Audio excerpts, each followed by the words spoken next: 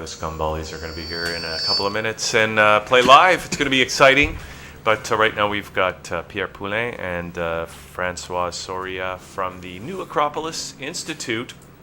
Is it Institute, Françoise? Cultural Association. Cultural Association. And you're here in Toronto. Yes. And Pierre, you're in Tel Aviv, well, right? In eight cities in Israel. You Mainly mean in Tel Aviv. The New Acropolis is in eight cities in Israel? Yes, wow. that's right. Great. And you're here in Toronto for, you're a photographer? I'm a photographer, I'm a philosopher, and I came here, well, first I hope you will understand my English. So far, so good. So far, so good, okay. So I'm here for three different events in Toronto. Today, in the night, we have the opening of a photo exhibition, which is called Geometry of the Light. Mm-hmm. And tomorrow, I give a seminar about diversity, cultural diversity. And after we have a workshop of photography. And then I'm traveling to Ottawa, and then I'm traveling to Montreal for more or less the same activities, and I'm leaving Canada on the 23rd of May. Have you been to Canada before? First time. Oh, great. And so far so good. So far, at least it's not the middle of winter. Where were you born? I was born in Paris. Okay. And I went in Israel, translated myself in Israel. I immigrated in Israel at the age of 30 years old. Mm-hmm. So more or less now, half of my lifetime with the French culture and the second half with the Israeli one. Okay, great. Now, is this exhibit that you're doing, is it related to the seminar on cultural diversity? Yes and no. Let's say that the exhibits began before the idea of the cultural diversity. But when Françoise in Toronto asked me to participate to the seminar, Cultural Diversity, we thought that we can find something in common with the exhibit. The exhibit began in January. It was already presented in Ecuador, in South America, and then in Israel, and in a few months it will be maybe, I think, in India, in Mumbai. But there is a link, because what I'm trying to do with this exhibition, this specific exhibition, is to show how in different shapes, different geometric formats, and when I'm talking about geometry, I'm not talking only about geometric shapes like, I don't know, the cycle, the triangle, the line, but people. I'm a street photographer, so I'm just shooting people in the street. But you can see that behind the appearance of the people, there is always some geometric shapes. Just like Pythagoras said one day that the universe is mental, the universe is arithmetic. And you have some arithmetic shapes, or patterned, better to say, that is coming back, and you can see it. And it may be 12 photos, I will present 12 photographies from 12 different cultures, 12 different places, from Europe, from America, from Israel, from Asia, and different scenes. But there is one unity. There is something which comes back and comes up, and you will see it. It's possible to recognize it in every one of those different photography, culture. And this is the unity. So this is the unity of the light. I want to show that the light is the same one. Is in Canada or in Tel Aviv, it's the same light, it's the same sun. There's no difference, That's a unity. The human being is the same human being. It will express his particularity in a different way, because cultures are different. But at the end, it's the same hurt. It's the same human being, the same humanity. So when we had the idea of cultural diversity, we said, okay, it may be a good thing to join the two events, both events, because I'm a photographer, but I'm also a philosopher.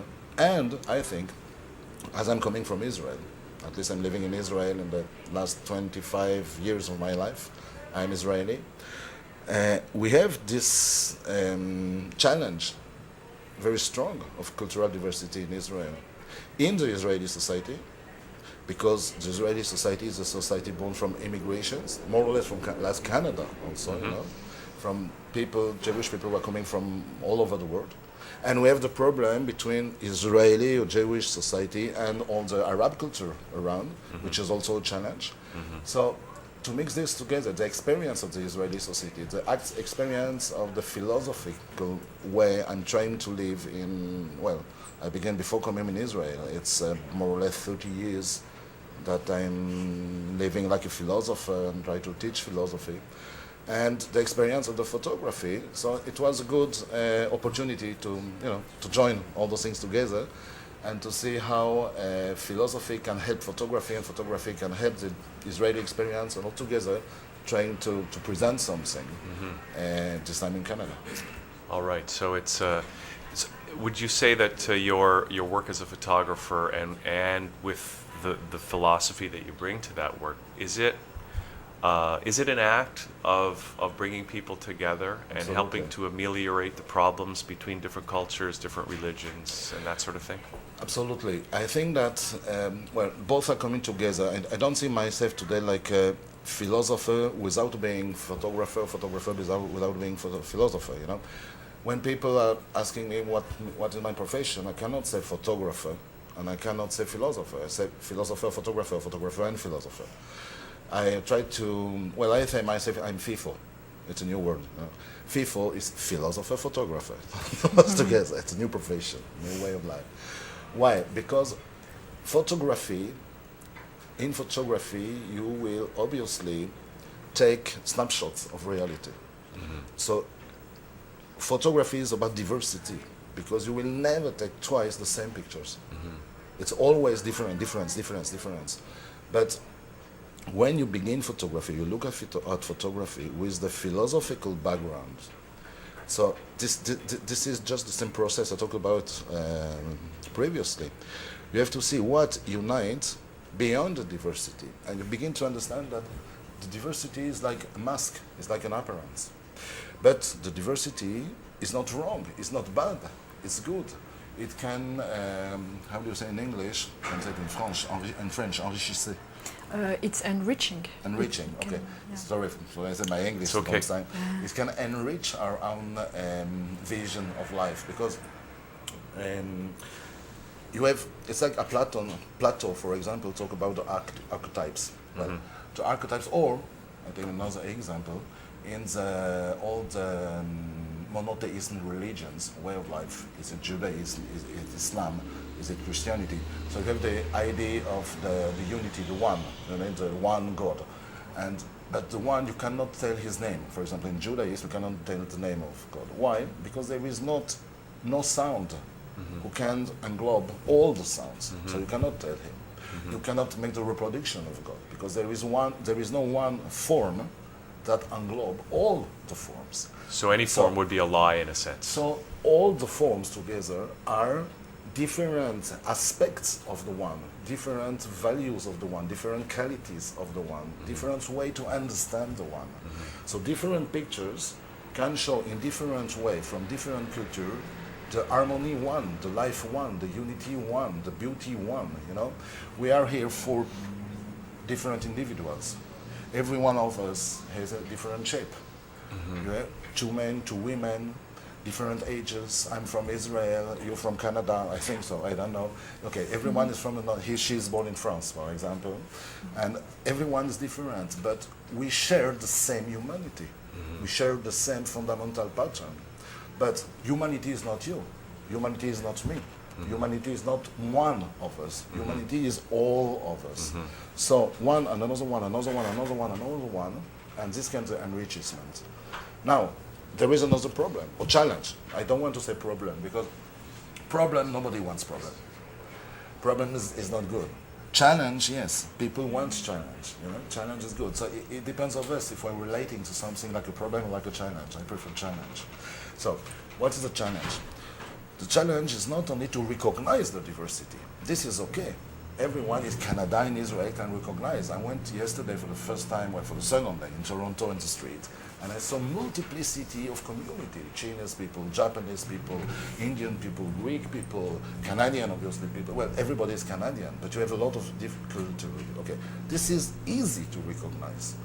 But what is the problem? The problem is that every one of us want the other communities to understand us, instead of every one of us trying to understand the other one. So the other one, if I want the other one to understand me, it doesn't depend of me. I cannot Right. do nothing. Yeah. But if I instead try to understand the other one, I'm not looking for the other one to understand me. It depends of me. So know. I can change something. Okay, but that's you, Pierre. Yeah. Like, and me, maybe. Yeah. But what about those other guys that refuse to try to understand me, that refuse to take that action? And I just want to say, Yeah, yeah. okay, because of course the situation in Israel, I mean, although I hear when I talk to people from Israel, they say, oh, it's not so bad, I'll get along. But, you know, there's a tension there, right? And it's a tension that's felt throughout the globe. Also, I got a phone call this morning from a fellow who's going to be on the show who met somebody from France who says, inevitably, that's his opinion, but inevitably there's going to be a cultural war there between the French and the Islamic people that are settling there now. Yeah. You know, so what, you know, it's one, we can understand that, but then the other guys have to understand it too. You know, how are we going to overcome all that? Okay. First, I agree with you, and that's the reality. But we have two possibilities. We can say we have no magical remedy. I'm just saying this. Remedy. Remedy, magical solution, magical remedy. And we have to understand this. I mean, we have to understand that there is no magical solution. I don't think also, but that's my opinion, okay? I don't think it's for everybody. I don't think there is a real political solution. Because I don't think you can impose a solution.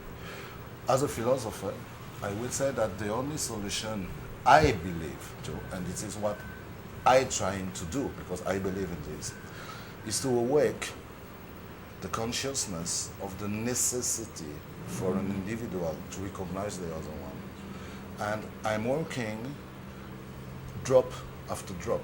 I mean, soul after soul, individual after individual, to awake the consciousness not in a mass way, but it's a process. And you have to work with people, and you have to guide the people through their own independence and consciousness through months and years. And this is philosophy. And if at the end of my life,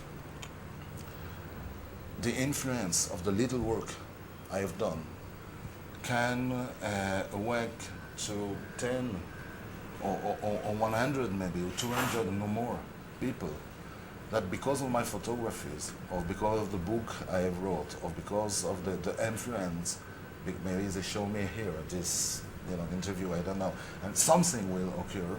If one soul more will say, okay, you know what, I will try from now to understand the other one and not close myself and not wait for the other one to understand me, well, this is what I can do. And allow me to it makes me thinking about one allegory in the Buddhism of Buddha. It is said that the sermon of Benares, one of the most famous sermons of Buddha, the story is like he went to speak. There was a lot of people, and everyone bring a lamp, oil lamp, to honor him. And there was an old woman, a poor woman, who had nothing, and she had a little oil, and she was like this, to protect it. And because at the moment came Buddha, came a little strong wind, and all the fire, all the lamp went out, wiped out, all unless the little one. It was protected by the old woman, the only one. All the lights went off in the world, but in Benares. So Buddha came, took this lamp, and with this one began to light all the other one again. And he said, until there will be one lamp, light in the world, all the other one can be enlightened again. So I say, if there is one soul who understands this, there is still hope. I know it is a process, a long process. I believe I will not see the harmony, the peace, the, what you say, in the world, okay? But I know that the time I have left in this world, and I don't care how many times it is what it is, if I am trying every day to do what I can, and if I can influence 1, 2, 3, I don't know any people, so it's okay. And if I have no result, I have no result. But the importance is not the result. The importance is I know that I didn't make any compromise with my belief. I know that I have done what I can do, and that's enough for me.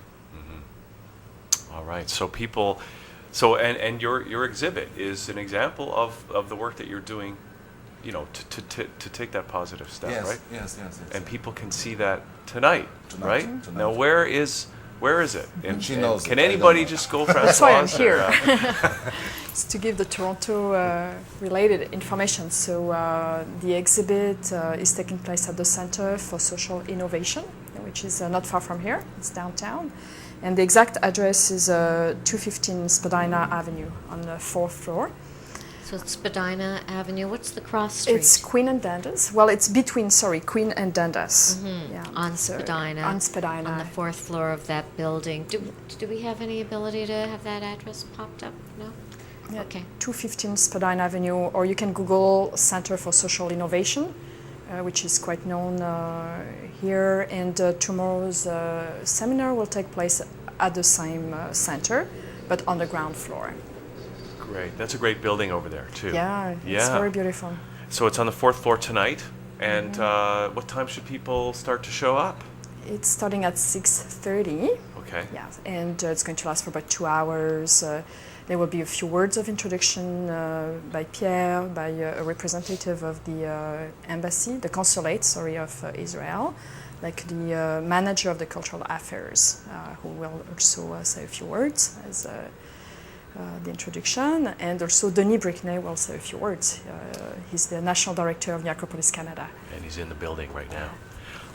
Okay, so now, on the first floor, is that the cultural diversity?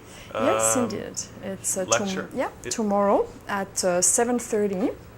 We're going to have this seminar, and we are hoping to have lots of people who work, in the administration, business field, like decision makers, because all Torontonians face diversity in many ways as indeed a challenge.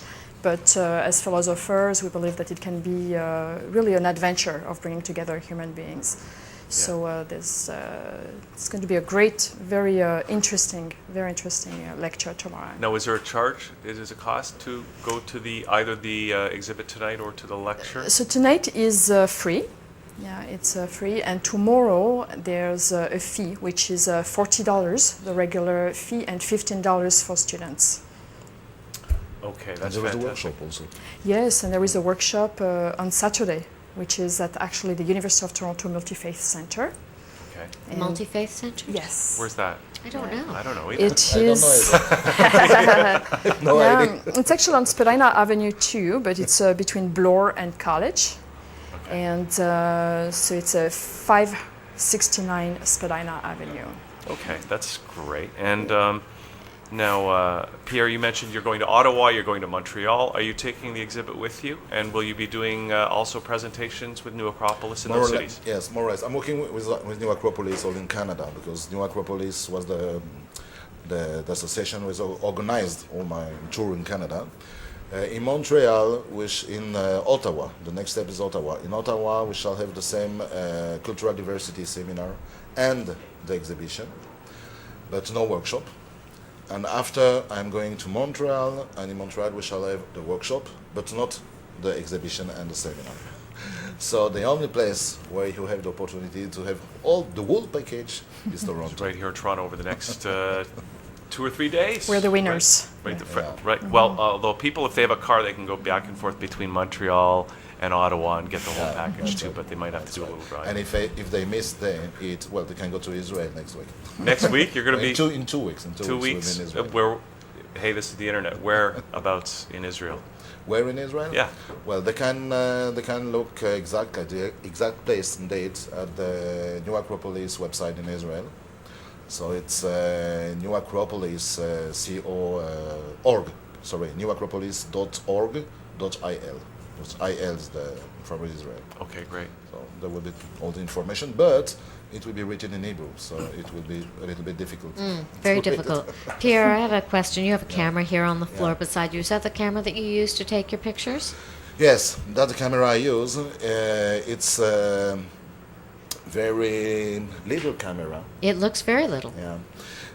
Well, I have a nice story about it when I arrived in Canada, 2 days ago, after I explained why I have this camera. When I arrived with immigration, they asked me why I'm coming in Israel. And I said I'm coming because I'm a photographer, professional photographer, and I have an exhibit.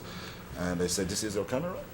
And I said, yes, this is my camera. And they said, well, it doesn't look like a professional camera. Please go to the immigration to have more questions, because Sure. it seems, Yeah. So people are obviously thinks that a good camera or professional Has to be big. camera has to be big camera, Huge with lens. big lens, Right. etc. I'm a street photographer, Okay. and I have to be invisible. Yep. So if I'm coming, with something like this, obviously I Unobtrusive. cannot be invisible. Yeah. And I'm trying to take a picture in the way of a famous French photographer, which is Henri Cartier-Bresson, who died some years ago. He talked about the decisive moment. He said that there is always a decisive moment, and it is not a second. It's less than a second. Something occurs, and I have to take this moment, and I don't have the time to think about how shall I arrange, configure my camera with the zoom. So I try to have limitation of options. For example, I'm using fixed lens. This is a fixed lens. It's not a zoom. Okay. Okay, so I have 20 millimeter, and that's all. So I don't have to think about, shall I use it at 20 But you can millimeter? zoom in no, with I that cannot. camera. This is fixed. That's it. You That's can't it. press a button on I that. limited myself. Marvelous I limited shot. myself Wow. Because I don't want too many options. Because if I'm thinking about, I lose 1 second. Yeah, yeah. So it's the little one, the most. And another thing. Is it digital? It's what? Digital? Yes, digital. Okay. And for me important. Well, I don't know if I can talk about brand here. Sure. Yes. Okay. Product placement, we get a- $100. Yeah. We get $100 okay, every time. I don't have interest in Pentax, but it's Pentax. You know why it's Pentax? I love Pentax. I'm working with Pentax Why? since 40 years ago. Really? Well, I'll tell you why. One of the publicity, you said publicity? Advertising. Advertising of Pentax is a group of ships, white ships, coming in the same directions, and you have on the ships all of the brands, I don't know, Sony, Canon, Nikon, everyone. And there is one black ship who's coming in the other way. It's called Pentax. So, and I always like this. I'm just like a rebel also, I like to go at counter-current of the things. And Pentax has this philosophy. And Pentax is a little group who makes photos and cameras with special things, always innovative. And it's not the big company, the big brand like some other one I wanted to name. And it fit my philosophy also. Because it's for me, using this camera is like not making compromise with my way of life also, the same thing. Well, listen, great to Wonderful. have you guys here today. Great to hear Great about to be this. here. And Pierre, all the Thank best you. with the exhibits here in Toronto, Ottawa, and Montreal, and Israel. And again, for Israel, newacropolis.org.il. That's right. Right? That's And right. And in Hebrew. and Francois. And in Canada, newacropolis.ca. Okay. And there will be pages about Toronto's events with Pierre. And also, if people want to see Pierre's beautiful photographs, like he has a Facebook. Yes, you have my website Yeah, also. and Yeah, he has a my website also. Which is, and you he can has- mention it, Pierre. On my couch. Oh, yes. He has already posted a a few pictures photo from ops. Toronto. photos-art.org. That's right. All right. Okay, guys, thanks a lot. Great Thank to you meet very Pierre. much. Thank you so much. Thanks so much. And we're going to play some Scumballies, and we're going to come back with the band right after this.